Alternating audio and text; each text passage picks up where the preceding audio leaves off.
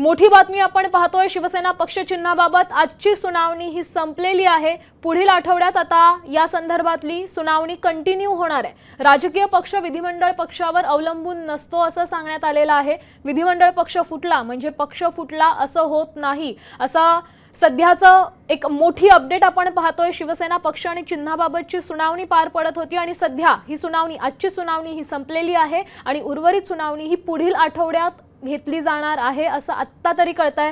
शिवसेना पक्ष आणि चिन्हाबाबतची आजची सुनावणी ही संपलेली आहे।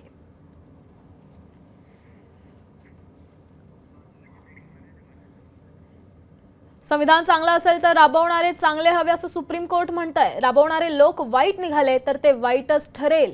सुप्रीम कोर्टाने महत्त्वाचं वाक्य म्हटलेलं आहे। राबवणारे लोक, संविधान राबवणारे लोक जर वाईट निघाले तर त्याचा अर्थ ही वाईटच निघतो, त्याचे परिणाम ही वाईटच होतात। आम्ही निर्णय घेऊ तो भविष्यासाठी लागू होईल असं सुप्रीम कोर्ट म्हणतंय। आम्हाला अपात्रता ठरवायची आहे, मोठं वाक्य कोर्टाने म्हटलेलं आहे। आम्ही निर्णय घेऊ तो भविष्यासाठी लागू होईल, आम्हाला अपात्रता ठरवायची आहे। सुप्रीम कोर्टाने मोठं वाक्य म्हटलेलं आहे। आजची सुनावणी संपलेली आहे, पुढची सुनावणी पुढच्या आठवड्यात होणार आहे। आम्ही निर्णय घेऊ तो निर्णय पुढे कायम राहील, आम्हाला अपात्रता ठरवायची आहे असं मोठं वाक्य सध्या सुप्रीम कोर्टाने या सुनावणी दरम्यान सांगितलेलं आहे।